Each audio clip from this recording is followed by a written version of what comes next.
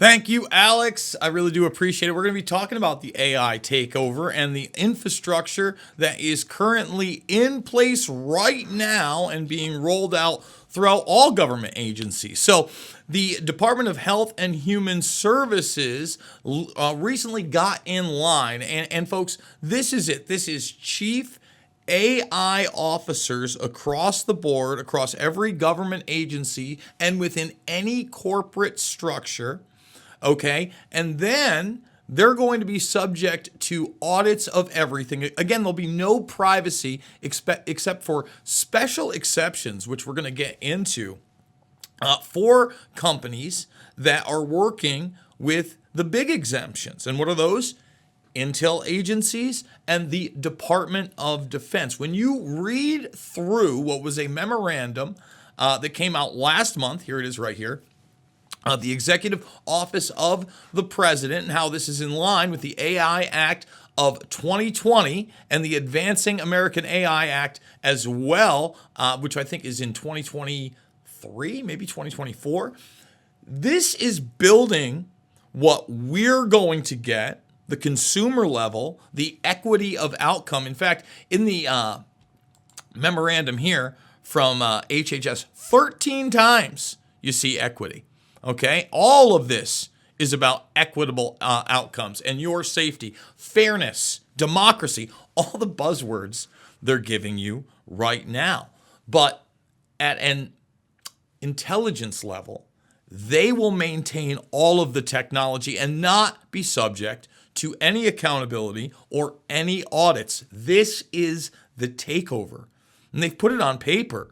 And the infrastructures are being built, as in new agencies, new bureaucracies, outside the purview of any type of checks and balances, which was originally intended in our constitutional republic. Now, before I dig deeper into this, also talk about Amazon Web Services, digital assistants that are now rolling out on the executive level, and then the consumer level, what we're going to get are Q apps. I do want to emphasize that human beings aren't over, that we can have wins. Now, this has been the feel-good story of the year for me. I continually say this. And I've got a video here where this is essentially the plan, or at least what they're trying to sell you on. And again, they're going to sell you on the best thing since breakfast. It's called Neom the Line. This is the utopia that they're trying to promise everybody. It failed miserably, and I believe out of the 100+ miles of this thing, of this imagination land plan that they tried to build, 1.65 of the miles were built, and it had to be scrapped immediately. So here's what they're trying to sell you as an AI-driven future. A revolution in civilization is taking place.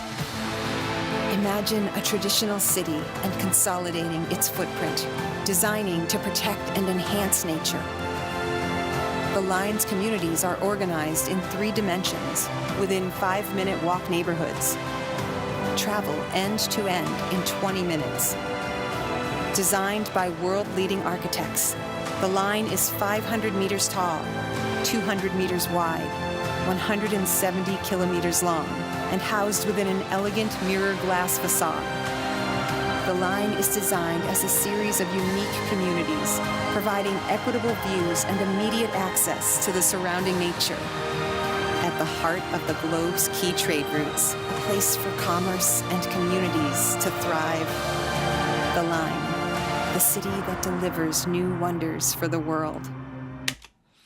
Now, again, there's some, you notice the 5-minute walking distance cities. You're basically encapsulated in a glass prison.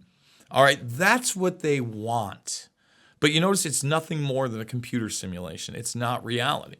And that'll really get us later into this virtual universe they want for us. Now, when we get into Amazon and AWS, I want people to check this out because I think it's pretty important.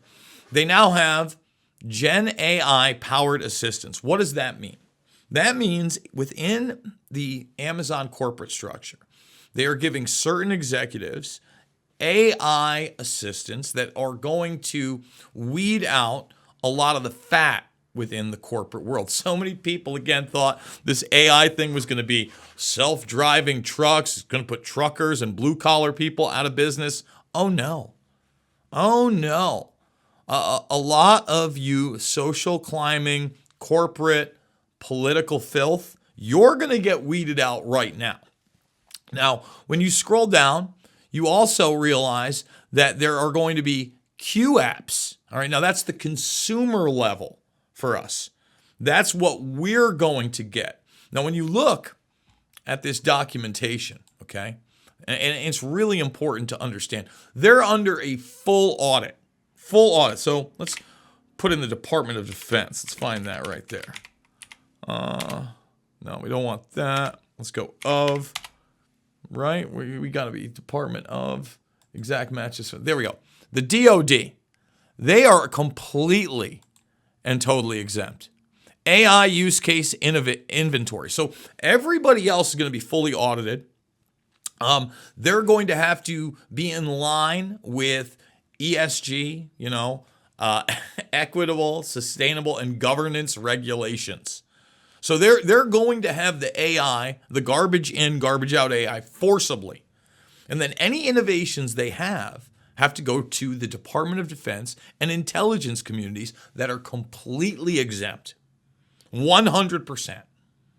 And we haven't been able to audit them on any real level in decades. Decades. All right? Notice it says reporting on AI use cases not subject to inventory. Some AI use cases are not required to be individually inventoried, such as those in the Department of Defense, or those sharing would be inconsistent with applicable law and government-wide policy. So when you look at this again, in this techno-fascistic society we live in now, Google is not a company. It is an arm of the defense and intelligence agencies. It openly works with them on quantum computing and artificial intelligence. They have been homogenized, right? That's why, again, when you look at the Health and Human Services document right here, which is a large rehash of this, right? Like an equity, fairness, privacy, transparency, accountability. Yeah, right. Reliability. Actually, in this document, they also talk about human capital. Let's type that in there. I spelled capital as in the capital. See, Jason? Human mistakes they want to take out with AI. There it is right there. It's mentioned 3 different times in the document, apparently.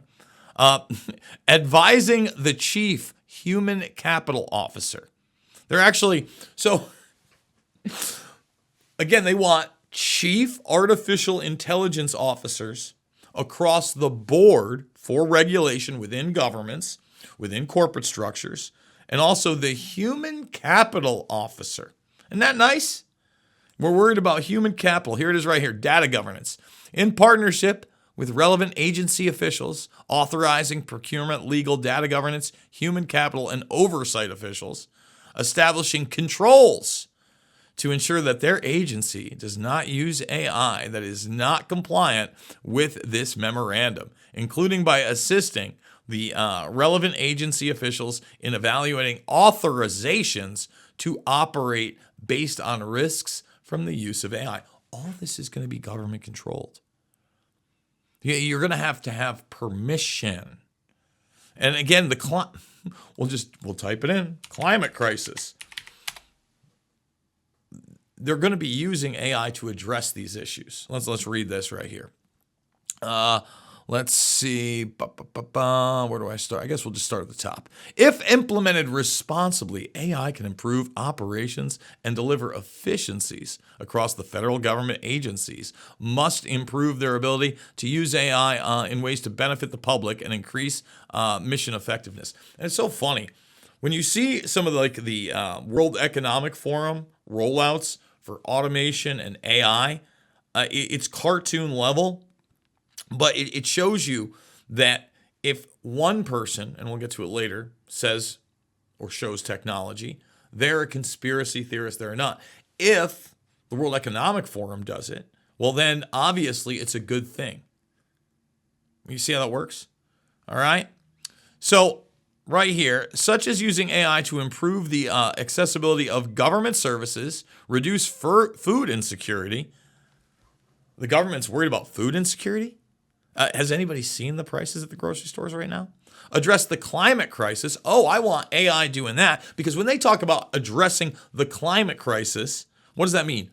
The regulation of all human behavior, based in carbon, by the way. Meanwhile, the U.S. military completely exempt from carbon emissions. Improve public health, advance equitable outcomes. There it is again. Equitable outcomes. Not equality of opportunity, equitable outcomes. Protect democracy and human rights, and grow economic competitiveness in a way that benefits people across the United States. Bull snap at the end. Bull snap. Now, right now, globally, we have repackaged New World Order garbage in this techno-fascistic world with the Summit of the Future. All right? And Derek Bro's done a great article over at The Conscious Resistance.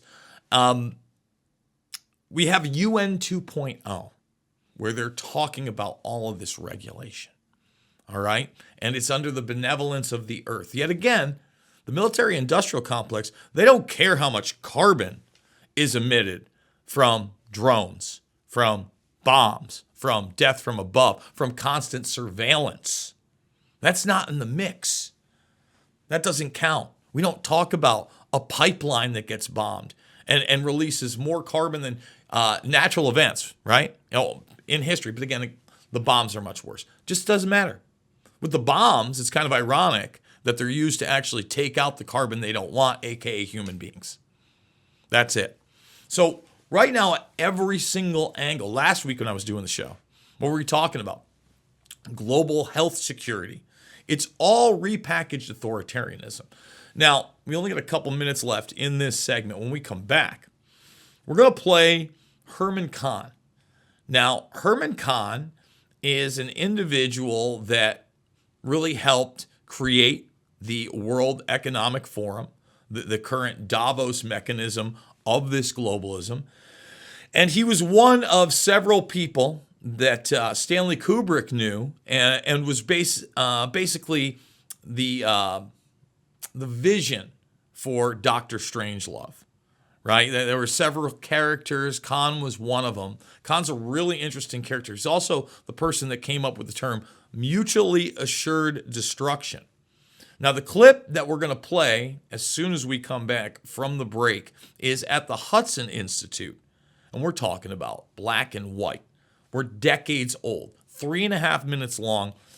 I don't think that I'm even going to do the whole pause and talk thing because it is so spot on all the way through in a track trace database society that it actually takes it from not just the Internet of Things and that track trace, but the Internet of Bodies and the surveillance under the skin and the involuntary drugging of populaces via the water and air supply. You're not going to want to miss it.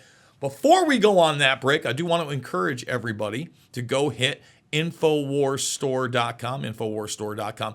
Get yourself a book. Get yourself the supplements. I still supplement every single day. I'm not getting any younger, folks. And by the way, when I was younger, I was still taking things like nitrous oxide.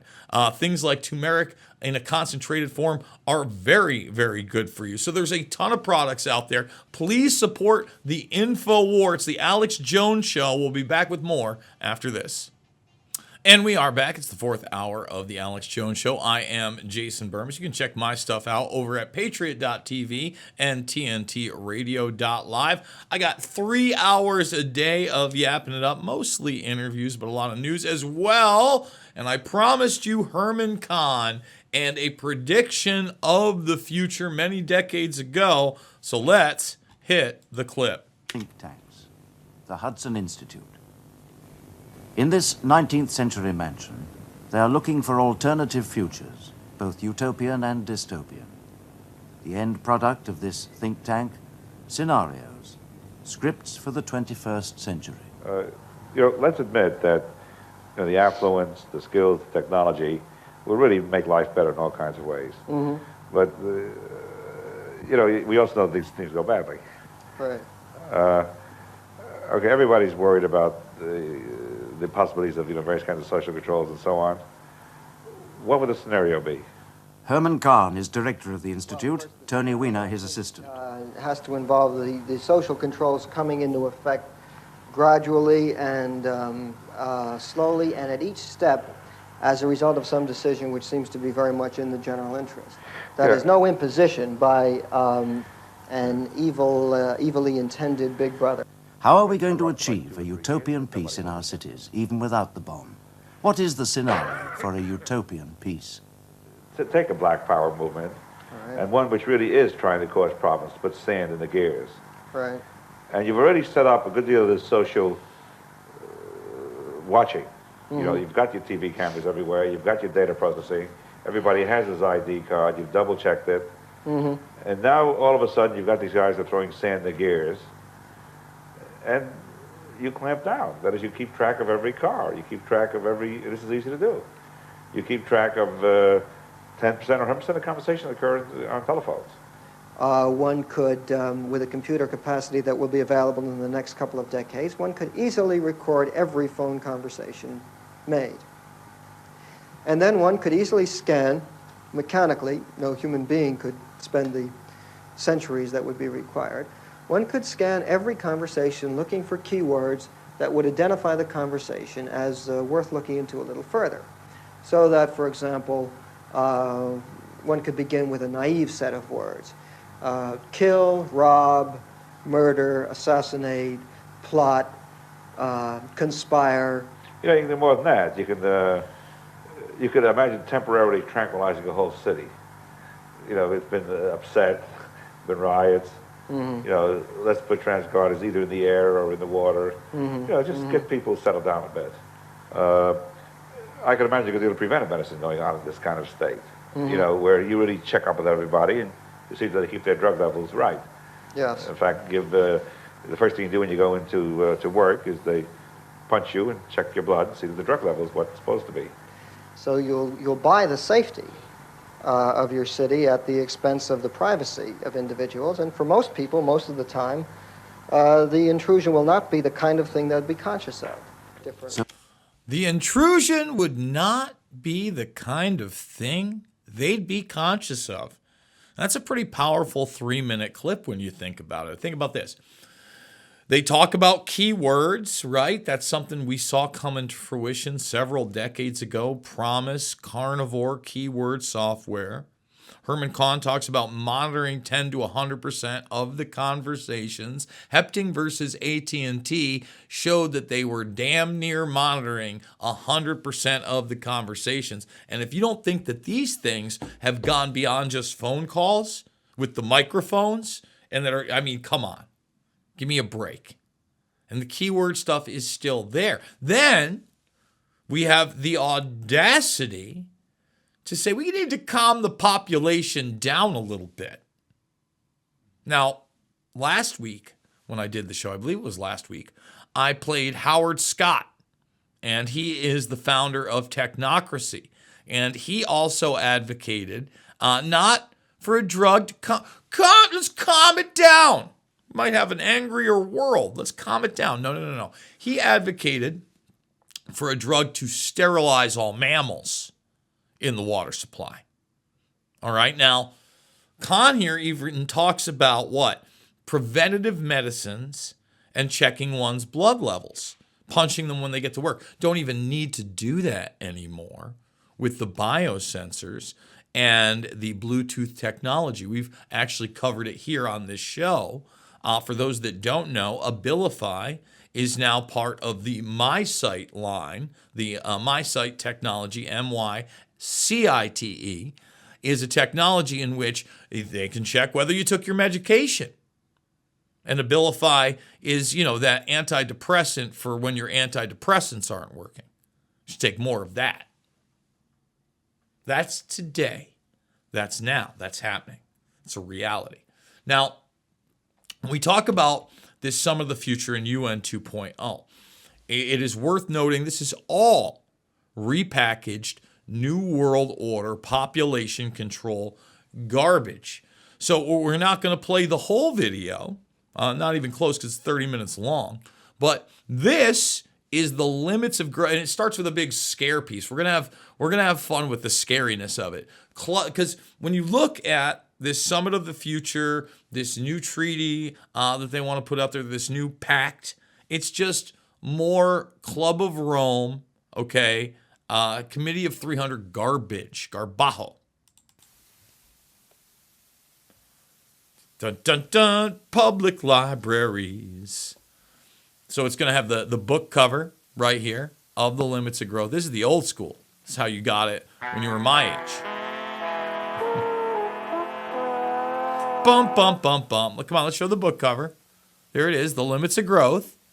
And now let's cue the scary music and a bunch of crazy things that have gone on in world society. I think this is like 1973-ish.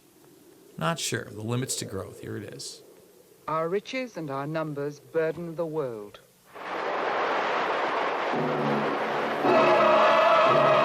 We're bad. Humans are bad.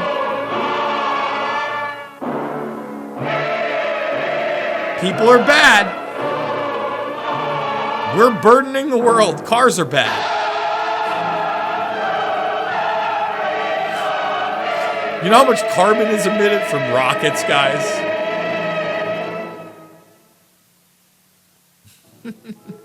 They always go to the space stuff. Continuously.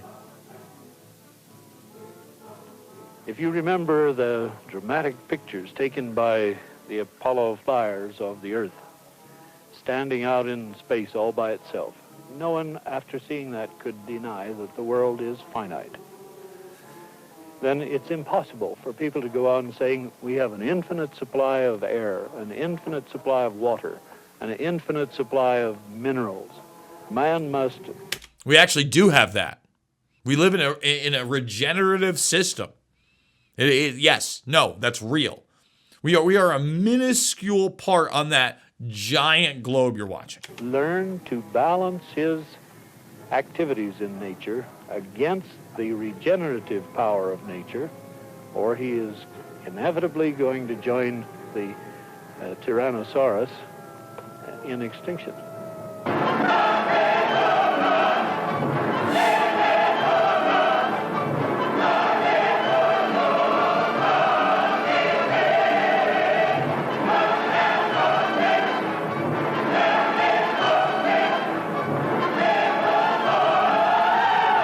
So again, industrialization bad, flying bad, people bad. If you just saw that big blue marble, yeah, very minuscule human populations. As we grow richer, there is rising concern about pollution, our ability to feed a growing population, and fears that we may run out of fuel and metals. No, we're not running out of fuel and metals. This is the original AI, by the way. There it is. There's the machine that told us we were going to destroy ourselves. We're going to play a little bit of that. Then we're going to play some WEF propaganda. Final segment of the Alex Jones Show coming up. Support InfoWars by going to InfoWarsStore.com right now and buying the products. We'll be back after this. I am Jason Bermas. Final segment of the Alex Jones Show. I am Jason Bermas. We're talking the limits to growth and the original AI God that demonized humanity. So without further ado, let's get back into this clip from that 30-plus minute documentary where the switches and wires here determined human beings bad. A computer at the Massachusetts Institute of Technology has been used to look at these problems, to analyze in broad terms the direction in which our world is headed. Sponsored by a group of businessmen and academics, the Club of Rome, its conclusions are revolutionary. The most important lesson is that we're near the end of our development of society, which has been going on for about 2,000 years. That we've reached levels of prosperity which carry the seeds of disruption and necessitate a complete relook at the whole world's social, political, and other situations. It's telling us that the world is in a completely unstable situation when it is likely to fall to pieces if it doesn't stop growing. Let's put it bluntly. Our option is not between this kind of society, present society, and a stable state society. It is between a stable state society and chaos. Our progress is our end. Again, human beings bad. They were telling you then we were at the peak of technology. Now, again, this is all about regulating us through the current technology and not empowering us with what they really have. And the current technology that's out there for the public, all right, is not the technology that we just illustrated. The intelligence agencies and the Defense Department, the military-industrial complex that is helped to be run by these people, the academics, the billionaires, their mouthpieces, they will have access to it. We will not. In our progress is our end. I mean, they love the propaganda. They love the space stuff. That's a big theme of propaganda, by the way. 6 billion years old.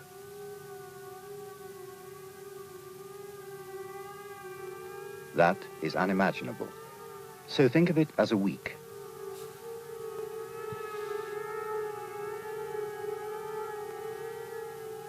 All through Sunday and most of Monday, nothing much happens. All Big Bang garbage. Late Monday night, a cell divides. And that's the thing. They always ultimately take God out of the equation. And I'm not here to preach to you about what to believe, but our rights, they don't come from the state. They don't come from some global governance body. They don't come from the Club of Rome, from the World Health Organization, from the World Economic Forum, from the United Nations. No. They don't come from the White House. Our rights are inherent as human beings. Now, again, they're trying to separate us from our humanity and push a lot of different types of automation. Now, I want to move on from this clip because I got a couple of Davos clips that I want to put out there. I think it's really important. This one right here is a clip of the robots that they want to infiltrate our education systems. Let's make this a little smaller. That way we can read the fun stuff that they have on here. And here we go. So, robots that could keep schools safe from COVID-19. Obviously, this was put out during the COVID-19 84 nightmare, but has much broader implications, okay? And so much of this surrounds the idea that we need to be protected from invisible enemies, whether it's viruses or carbon dioxide, the climate crisis, all things that we can't perceive with our senses. And we have to rely on that academic class for. They're disinfecting. You notice that they have the light on them, right? They have UV light. Now, they say the UV light to scramble genetic material inside viruses. Now, Trump talked about UV light, right? And they talked. What did it turn into? He said, "Let's drink bleach." Just talking about. This is a disinfectant. Now, the World Economic Forum does it brilliant. Let's have robots in the classroom. Trump says it. Again, you got to be sympathetic to the guy in those type of cases. Oh, he wants you to drink bleach.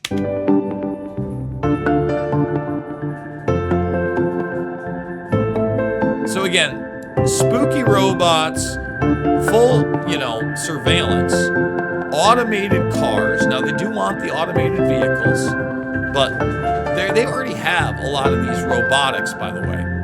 Right here. They've already put it in schools. But they have these, for instance, robot nurses in other countries. In fact, Dennis Bushnell of NASA was joking around that when they were using them in Japan 15 years ago, they liked them a lot better than the human nurses. Yucca, yucca, yucca. And Sophia, which is Grace's cousin, right? I think actually Grace, which is Sophia's cousin, actually runs on the blockchain and is one of these AI robots. And guys, AI, it's not walking, It's not jogging anymore. It's running full force forward. It's moving into every arena.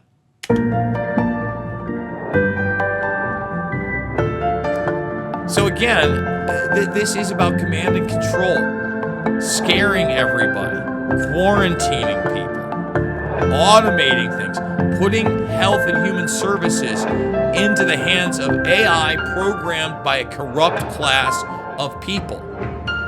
That's what this is. Okay? Inequalities. I can't even believe they use the term inequality instead of equity. Hey, remember that when they made a bunch of little kids wear masks and tortured them all the time? Remember that? That wasn't so far long ago, was it? No, it wasn't. All right. Now look, a large part of this is also the central bank digital currency. Why? Because it will be on the blockchain. When they're talking about human capital, they're also talking about economies and innovation, right? They are trying to push a central bank digital currency, okay? You already have blockchain people through the World Economic Forum and IMF World Refugee Program, okay? And this final clip that we're going to play today is at a World Economic Forum forum. I said forum twice, shouldn't have done that, talking about the central bank digital currency. And I think we didn't talk about yet, there are two ways on central bank digital currencies. One is the wholesale piece. So basically our interactions as a commercial bank with the central bank. And here I would say it makes a lot of sense. This is new technology coming in. We can talk about it, advantage, disadvantage, but at the end it's an efficiency game and maybe it's a security game, makes a lot of sense. A completely different ball game it is when you start to talk about the retail central bank digital currency, not because it's digital. I can pay this digital with my mobile, has nothing to do with central bank digital currency. But I think the fundamental change is the underlying business model is as a retail customer, as a citizen, will have an account with the central bank. I don't have just an account with a commercial bank. I have it with the central bank, which has a lot of advantages for me. It's safe, it feels good. But there are some challenges with this because the central bank is ultimately, it's a public office. Commercial banks are under a commercial regime. Central banks are not under a commercial regime. What about interest rates on an account like that? When things are going well, how does this look like? Oh, on a bank run, how does this look like? Is this accelerating the bank run because I have a safe account with somebody? So these are then the fundamental questions. That's why I think it's excellent to see that 90%, 87%, I think, central banks are looking into that. And numbers higher. They're not just looking into it. They want it for command and control purposes. Again, no real backing. You can talk about safety all day, but at a moment's notice, you're debanked. All of a sudden, you don't have anything. I know a lot of people want to believe cryptocurrency, Bitcoin, Ethereum, they address the situation. Look, there's a lot to navigate in the future, in the post-truth world that we live in today, and those AI regulations and barriers are now being put into place. I am Jason Bermas. I hope you check out all my stuff, including my documentary films, which are free of charge. Shade the Motion Picture, Invisible Empire, A New World Order, Defined, Fabled Enemies, and Loose Change Final Cut. Many of those produced right here at Infowars.com. Was listening to Alex earlier today, a 50-50 shot. This thing doesn't last 60 more days. That's extremely upsetting. So go to InfoWarsStore.com, get the products, and if you can, just make a straight donation because this is a revolutionary operation, and really in the times of deceit, telling the truth is a revolutionary act. We'll see you later.